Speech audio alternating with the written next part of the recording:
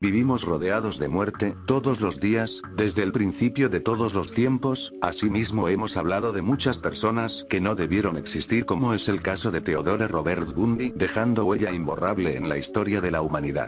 La maldad es una compañera fiel en el comportamiento de este tipo de asesinos, y aquel tipo es uno de los más famosos de la historia, un atractivo playboy carismático, un monstruo misógino que mató a más de 30 chicas, y todas con la particularidad de ser muy parecidas a su madre, con el pelo largo y peinadas por la mitad, y hasta la fecha solo han encontrado 14 cuerpos. Por lo tanto, hay familias que no han podido estar en paz al despedir a su ser querido como debe ser. Desde el año 1974 al 1978, iniciaron 4 años de terror en Oregón, Utah, Colorado y finalmente en Florida. Acabó llena el patrón de psicópata desde su crianza, pues en principio pensaba que su madre era su hermana, su abuelo era un abusador con las chicas de la casa y las mascotas. Empezó a transpirar maldad cuando una vez una familiar dormía y le puso varios cuchillos alrededor, y cuando ella despertó él solo sonreía siniestramente. Además nunca conoció a su padre, por lo que tuvo ausencia de figura paterna y nunca encajó con su familia. Por eso él se siente abandonado, pensando que su madre le debe mucho e intenta llenar vacíos. Violencia, curiosidad incontrolable por lo prohibido, por el sexo, le fascinaba cada detalle de las chicas. Generando fantasías desde pequeño cuando hojeaba revistas para adultos, Bundy usó tarjetas de crédito robadas para comprar más de 30 pares de calcetines mientras se escondía en Florida. Él mismo se consideraba fetichista de los pies. Cada vez quería buscar cosas más violentas. El sexo fue tanto un tabú para él que perdió la virginidad tarde. Era inteligente, pero muy malo académicamente, malas notas y nada deportista. Era muy apuesto, pero no tenía éxito con las chicas ya que no sabía cómo tratarlas, pues era muy narcisista. Él se creía lo mejor de lo mejor, ya que pensaba que todas las chicas se morían por él, y siniestramente al final fue así. Cuando estudiaba psicología encuentra por fin una novia y aprende con ella a mezclarse en la sociedad, pero lo abandona ya que no le veía ganas de progresar, y cuando eso ocurre despierta en él un demonio incontrolable que pasaría a la historia. Sabía que no valía la pena ser normal. En uno de sus muchos trabajos estuvo en atención a suicidas, y curiosamente allí conocería al que más adelante, cuando ya está en la cárcel, sería su biógrafo. A los 27 años ya está posicionado en el Partido Republicano, afirmando lo mucho que le desagradaban los hippies, y vuelve con la ex, que lo abandonó por no ser exitoso. Ted estuvo acosándola por años con cartas y llamadas. Era tan loco que quería demostrar que ella podía casarse con él, y cuando ella acepta ser su esposa la abandona sin explicación.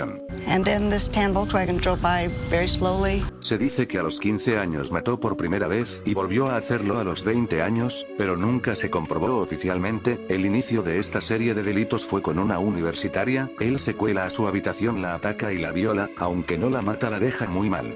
El de día promovía la protección a la mujer, en la noche las mataba. Qué irónico es la vida. Y un hecho a destacar: el carro de él no tenía manija para abrir la puerta donde se subían sus víctimas. Said very quietly, "Do you know what? I'm going to kill you." Tenía el mismo modo operandi, acechaba supermercados y universidades, les hacía seguimiento a sus víctimas, se acercaba con el brazo lastimado y les pedía ayuda para llevar los libros al coche, las golpeaba con una barra de hierro y abusaba de ellas hasta matarlas. Primero las stalkeaba, por eso sabía dónde vivían y qué hacían. A veces les decía que iba a pasar casualmente donde ellas vivían y así las subía al coche sin oponer resistencia, y era la última vez que las volverían a ver. Pudo despistar a la policía por su astucia e inteligencia, cambiaba de aspecto y viajaba a distintos lugares. Al final perdió la cordura y empezó a matar siendo fugitivo. No era capaz de aguantarse, cada vez dejaba más evidencias. Cometía más errores. Él guardó silencio por 10 años, retrasando su muerte lo máximo que pudo. Les daba pistas falsas a los investigadores. Al final pudo ejercer como psicólogo cuando ayudó a capturar al asesino de Green River. Se representó a sí mismo como abogado. Aprovechando que tenía acceso a la biblioteca, escapa 6 días. Vuelve a fugarse el 30 de diciembre de 1977, hasta febrero de 1978, que lo vuelven a capturar en Chi Omega en Florida, pues una chica que iba llegando lo identificó después de matar todas las habitantes de esa casa. Bueno, eso creyó él. Convivía con el cadáver de su víctima. Solo se detenía cuando ya el cuerpo estaba en su máxima putrefacción. Él conservaba trofeos, las cabezas, alcanzó a tener 12 cabezas en su casa, también momificó a una niña de 12 años aparte de matarlas, las robaba y con sus tarjetas de crédito sobrevivía. Robert David Keppel fue el detective que realizó la persecución contra él y se enfrentaron como las películas con muchos golpes. Esta escena inspiró en el cine, Ted Bundy and Hunt for the Green River Killer.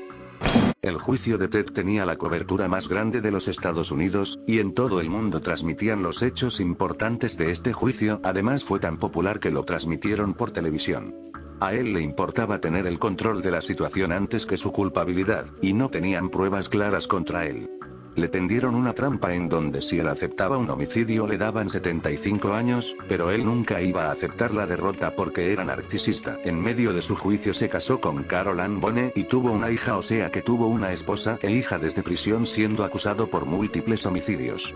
Pero no todo fue bueno para él, pues se dice que lo violaron en la cárcel. Expiando sus culpas. ¿Están seguros que era un asesino?, exclamaron muchas mujeres totalmente enamoradas de él. Con varios choques eléctricos este encantador asesino dejaría de respirar el 24 de enero de 1989, en su último día llamó a su madre y rechazó su última comida, fue declarado muerto a las 7:16 de la mañana a los 42 años. Ted quería suicidarse para evitar satisfacer a las personas que querían verlo morir. Él siempre se excusó de sus crímenes, argumentando que escuchaba una voz interior que le decía que debía subyugar a las chicas, le gustaba morderlas, pero ese fue su error, ya que los odontólogos en su juicio demostraron que su mordida coincidía con los cadáveres encontrados.